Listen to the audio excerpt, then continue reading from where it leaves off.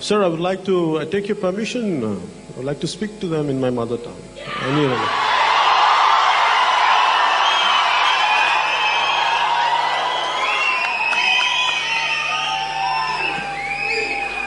తెలుగులో మాట్లాడతాను, తీయదనం వేరు కదా.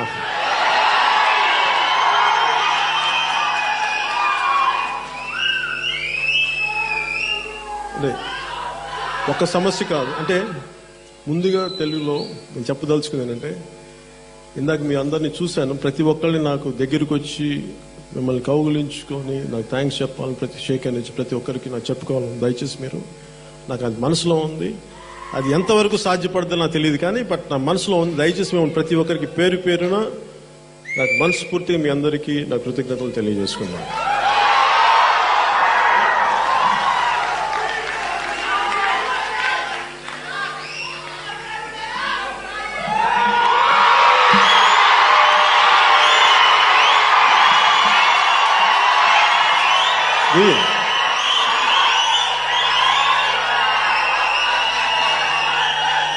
ఇది ఎందుకు ఇస్తున్నాడు, ఇందాక కారులో వస్తున్నప్పుడు ఎవరో నాకు మీరే నచ్చింది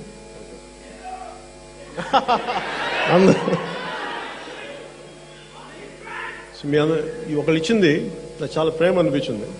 నేను ఎందుకు దీన్ని పట్టుకుంటానంటే, ఇది ఒక సామాన్యుడి సింబల్. గబ్బర్ సింగ్ సింబల్ కాదు, ఒక శ్రామికుడి సింబల్ ఇది, ఒక కష్టపడేవాడి సింబల్ ఇది.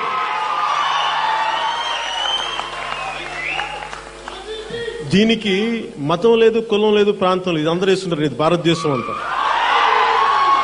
ఇది భారతీయుడి సింబల్. ఇది భారతీయతకి గుర్తు, సామాన్యుడికి గుర్తు, కష్టపడేవాడికి గుర్తు ఇది. అందుకనే నేను దీన్ని ఏదో నాకు ఇష్టపడి వేసుకుంటాను, కానీ సినిమా కోసం, ఒక ట్రెండ్ కోసం వేసుకుని, ఫ్యాషన్ కోసం వేసుకుని, నాకు నిజంగా ఇష్టం లేదండి. అందుకే కాటం రాయుడులో గ్రీన్ వేసుకున్నాను అంతే, ఎందుకంటే రైతు కాబట్టి.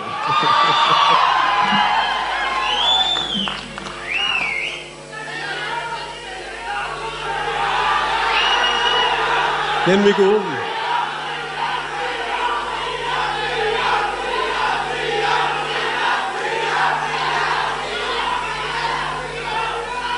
నాకు రాజకీయాలు కావాలి. ఎందుకు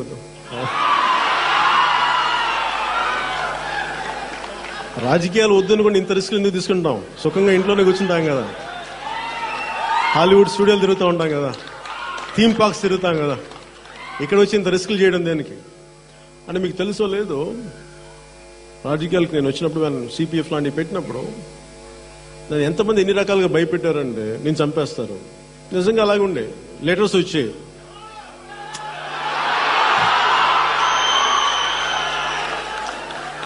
అంటే నన్ను తిడతా లెటర్స్ వచ్చాయి, బూతులు తిడతా లెటర్స్ వచ్చాయి. ఏంట్రా నువ్వేమనుకుంటున్నావు అని. అరే వీటన్నిటికీ భయపడతామండి, నేను భయపడితే ఇక్కడ దాకా వస్తాం.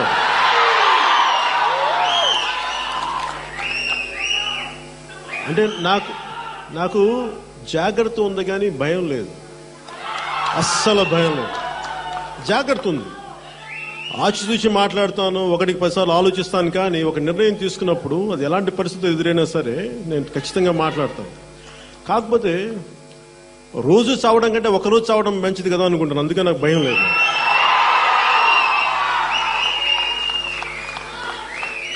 మీరు నన్ను సినిమాల్లో డైలాగులు చెప్పమంటున్నారు, నాకు సినిమాల్లో చెప్పడం ఇస్తుంది తప్ప నిజ జీవితంలో నాకు చెప్పడం ఇస్తుంది.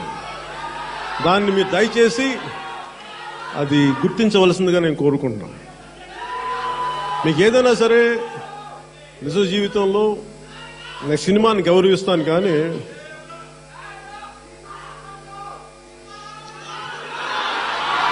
లేదు కుదిరినంత వరకు. అంటే యాక్చువల్లీ సినిమాలు ఆపడం నేను చెప్తున్నాను. ఇంకా నేను వచ్చింది సినిమాలు ఒక 7 సినిమాలు చేసి రిటైర్ అయిపోదాం అనుకున్నాను. అంటే జానీ గాని సక్సెస్ అయి ఉంటే మేము సినిమాలు వదిలేసేవాడినేమో, కానీ దానికి రీజన్ ఏంటంటే, నాకు నిజ జీవితంలో ఉన్న సమస్యలు సినిమాల్లో కానీ నాకు పర్సనల్గా నాకు సంతోషం ఉండేది కదా, అందువల్ల నాకు విరక్తికి వైరాగ్యంతో ఉండేవాడిని సినిమాలు చేస్తున్నా కానీ. అందుకని నాకు సినిమాలు అనేది నాకు ఎప్పుడు ఒక ఆనందం ఇవ్వలేదు. కానీ సినిమాల ద్వారా ప్రజా సమస్యల్ని ముందుకు అంటే సినిమాల ద్వారా వచ్చిన ఇమేజ్ని నేను ప్రజల సమస్యలు వాడటానికి నాకు నిజంగా ఆనందం కలిగింది. అందువరకు నాకు సినిమాలంటే చాలా గౌరవం. దానికోసం కుదిరినంత వరకు సినిమాలు చేస్తాను, నాకు ఓపిక ఉన్నంత వరకు సినిమాలు చేస్తాను. కాకపోతే ఒకసారి బాధ్యతలు ఎక్కువైపోయినప్పుడు మటుకు కొంతకాలం సినిమాలు దూరంగా ఉండాల్సి వస్తే, అంతేగాని నాకు సినిమాలు అంటే అయిష్టం అయితే లేదు. ఈ సినిమా అంటే చాలా ఇష్టం ఉంది, సినిమా అంటే చాలా ప్రేమ ఉంది, దానివల్ల డబ్బు కూడా వస్తుంది. అంటే నేను ఎందుకు పాలిటిక్స్ చేయగలను అంటే నాకు డబ్బుల మీద నాకు డబ్బులు అవసరం ఉంది కానీ డబ్బుల మీద మమకారం లేదబ్బా నాకు. సో డబ్బులే సంపాదించాలి అంటే చాలా పనులు ఉన్నాయి. కాకపోతే భగవంతుడు నాకు ఇచ్చింది సినిమా కాబట్టి సినిమాను ప్రొడ్యూస్ చేస్తాను, ఇంకోటి చేస్తాను, డబ్బులు సంపాదిస్తాను. కానీ నాకు చాలా మంది రకరకాలుగా నీకు డొనేషన్స్ ఇస్తాం, అవి ఇస్తామంటే నేను ఎందుకు దాన్ని ముందుకు తీసుకెళ్ళాలంటే నాకు చాలా బాధ్యత. మీరు ఎంతో నమ్మకంతో నాకు ఇస్తారు, ఎంతో నమ్మకంతో నాకు ఎవరైనా ఇచ్చినప్పుడు అది ఇంటెండెడ్ పర్పస్, అది ఏ లక్ష్యం అంటే ఏ అవసరార్థం ఇచ్చారో, దేనికోసం ఇచ్చారో దానికి వెళ్ళినప్పుడు అది నాకు చాలా బాధ కలిగిస్తే ఆ పాపం నేను చేయలేను, నిద్ర పట్టదు నాకు. అందుకని నేను డబ్బులు తీసుకుంటా చాలాసార్లు ఆలోచిస్తాను. అందుకని సాధ్యమైనంత వరకు నేను నా సొంత డబ్బులే పెట్టుకుని చేస్తాను. అది ఇప్పుడు దాకా చేస్తాను, రాజకీయాలు అప్పుడులా చేస్తాను. కానీ ఎప్పుడన్నా పొలిటికల్ ప్రాసెస్లో డబ్బులు అవసరం అవుతాయి, కానీ దాన్ని ట్రాన్స్పరెన్సీ ఉన్న రోజునే, పారదర్శకత ఉన్న రోజునే నేను దాన్ని అందరికీ తెలియాలి. ఒక రూపాయి నా దగ్గరికి వచ్చినప్పుడు ఆ రూపాయి ఎలా వెళ్తుందో తెలియాలి, తప్ప ఎక్కడ ఖర్చు అవుతుందో తెలియాలి. కానీ అది తీసుకెళ్లి వ్యక్తిగతంగా ఎవరు వాడుకున్నా కానీ దాన్ని కఠినంగా చూడాల్సి వస్తుంది, ఇంక్లూడింగ్ నాతో సహా. అందుకని అలాంటి సిస్టమ్స్ ఎదురైన రోజునే నేను దాన్ని ముందుకు తీసుకెళ్తాను. అలా ఇందాక రైతుల గురించి మాట్లాడుతున్నారు.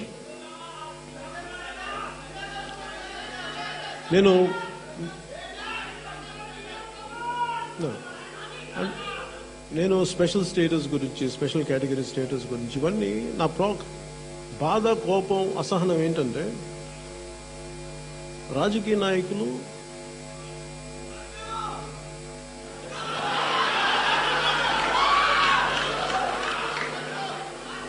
The problem and I want tell you, ఎలక్షన్స్కి వచ్చినప్పుడేమో చాలా సింపుల్ లాంగ్వేజ్. అది నేను చెప్పింది, వాళ్ళు చెప్పింది కదా. రాజకీయాల్లోకి వచ్చినప్పుడు మా పార్టీకి మీరు ఓటేయండి అనుకున్నప్పుడు చాలా సింపుల్ భాష ఉంటుంది, మాకు అన్ని అర్థమయ్యే భాష. మీకు ఇస్తాం, మీకేమో మీ ఊరికి అవి తెస్తాం, మీకు మీ ఏరియాకి ఇంత తెస్తాం, మీ ఏరియాకి రైల్వే లైన్ తెస్తాం, మీ ఏరియాకి ఉద్యోగాలు వస్తాయంటారు. మళ్ళీ ఎలక్షన్స్కి వచ్చేసి గెలిచాక మీరు అడగండి, మొత్తం డేటా అండ్ స్టాటిస్టిక్స్ సహా చెప్తారు. నాకు అర్థం కాదు అది. మేము ఓట్లు అడిగినప్పుడేమో మాకు చాలా అర్థమయ్యే భాషలో చెప్పారు కదా, మరి మా సమస్యలు మీరు మా ఏ ఇష్యూస్ అయితే సాల్వ్ చేస్తున్నారు వాటి గురించి అడిగేటప్పుడు మాకు ఎందుకంటే ఈ డేటాను స్టాటిస్టిక్స్ నాకు అడగాలనిపిస్తుంది. మీరు ఒకటే పెట్టుకోండి, ఓట్లకి చాలా సింపుల్ భాషలో వచ్చేవాళ్ళు డేటా అండ్ స్టాటిస్టిక్స్ ఇస్తున్నారంటే వాళ్ళు అబద్ధాలు చెప్తున్నారు, అంతే, దానికి వేరే తిరుగులేదు. దానికి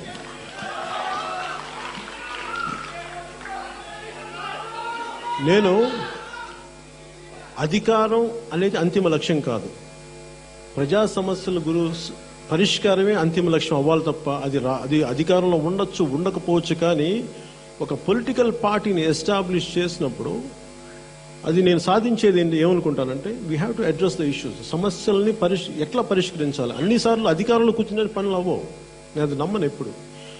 నీకు ఒక బలమైన భావజాలం ఉండాలి. ఎందుకు నువ్వు ఈ పని చేస్తున్నావు, నువ్వు ఎందుకు రాజకీయాల్లోకి ఉన్నావు, నువ్వు దేనికోసం నిలబడగలవు, దేనికోసం నిలబడలేవు. ఈ భావజాలం నీలో లేనప్పుడు నువ్వు రాజకీయాల్లోకి ఉండటం అనవసరం.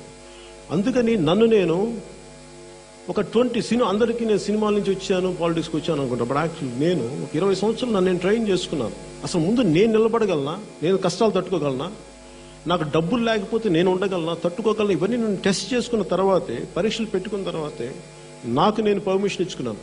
నువ్వు వెళ్ళొచ్చు రాజకీయాల్లోకి, దెబ్బలు తిన్నా కానీ నిలబడతావు అన్న నమ్మకం నా మీద నాకు వచ్చాక నేను రాజకీయాల్లోకి వచ్చాను. జనసేన అంతిమ లక్ష్యం అధికారం కాదు, జనసేన అంతిమ లక్ష్యం ప్రజాశ్రేయస్సు. కానీ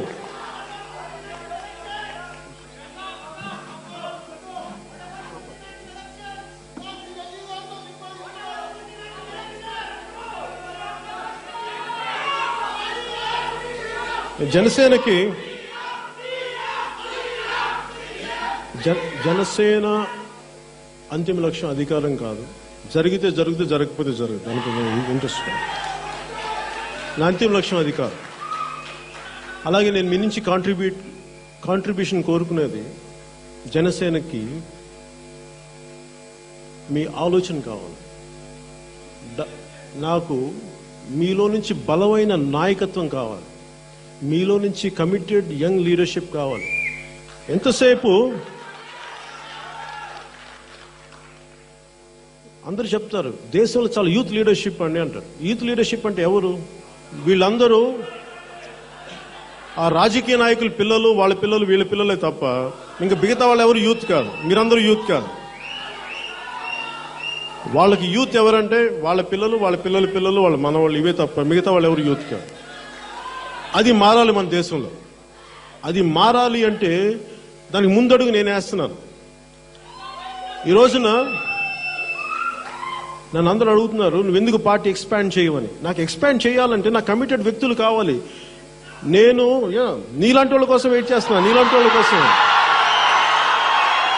మాట కాదు, నిలబడు. ఇక్కడ కూర్చొని మాట్లాడటం కాదు, నిలబడు. ఈ రోజు నువ్వు అన్న మాటకి నిలబడి చూపిస్తున్నాను.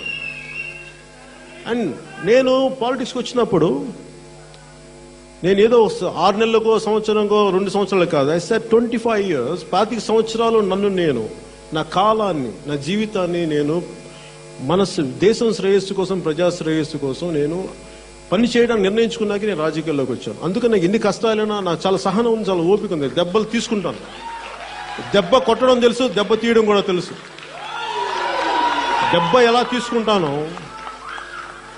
కాకపోతే అది వ్యక్తిగతంగా లేదు. నాకు ఎవరి మీద వ్యక్తిగతంగా నిజంగా నాకు ఎవరి మీద కోపం ఉండదు. కాకపోతే ప్రజలకి మీరు ప్రామిస్ చేసి మీరు మాట పట్టించుకోకుండా వెళ్ళిపోతే మటుకు నాకు చాలా బాధ, చాలా కోపం, చాలా అసహనం ఉంటుంది. దానికోసం నేను ఎంత స్థాయికైనా పోరాటం చేయడానికి రెడీగా ఉంటాను. అలాగే మీకు ఆఖరి మాటగా సెలవు తీసుకుంటున్నాను. ఒకే ఒకసారి రాయప్రోలు సుబ్బారావు గారి ఏ దేశం ఎగినా, ఎందు కాలిడినా, పొగడరాని తల్లి భూమి భారతము.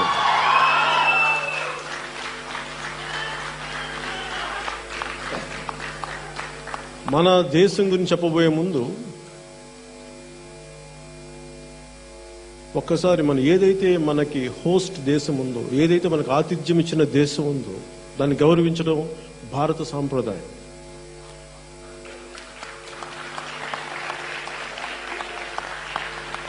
ఇందాక నేను చెప్పాను కదా, చిన్నప్పుడు నేను నేర్చుకుంది. For me as a kid, America was the country which gave light to the world through Thomas Alva Edison. That's the love and respect I have for America. I wish peace and strength, and God bless America.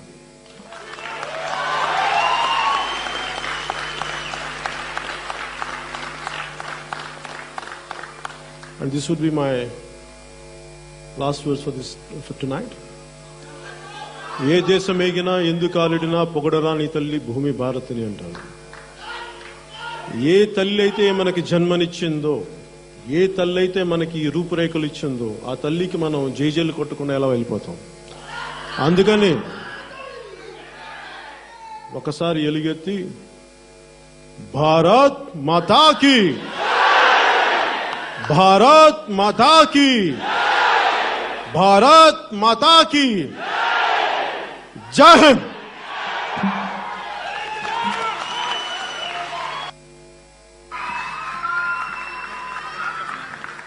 Thank you so much, Mr. Pawan Kalyan garu. That was such an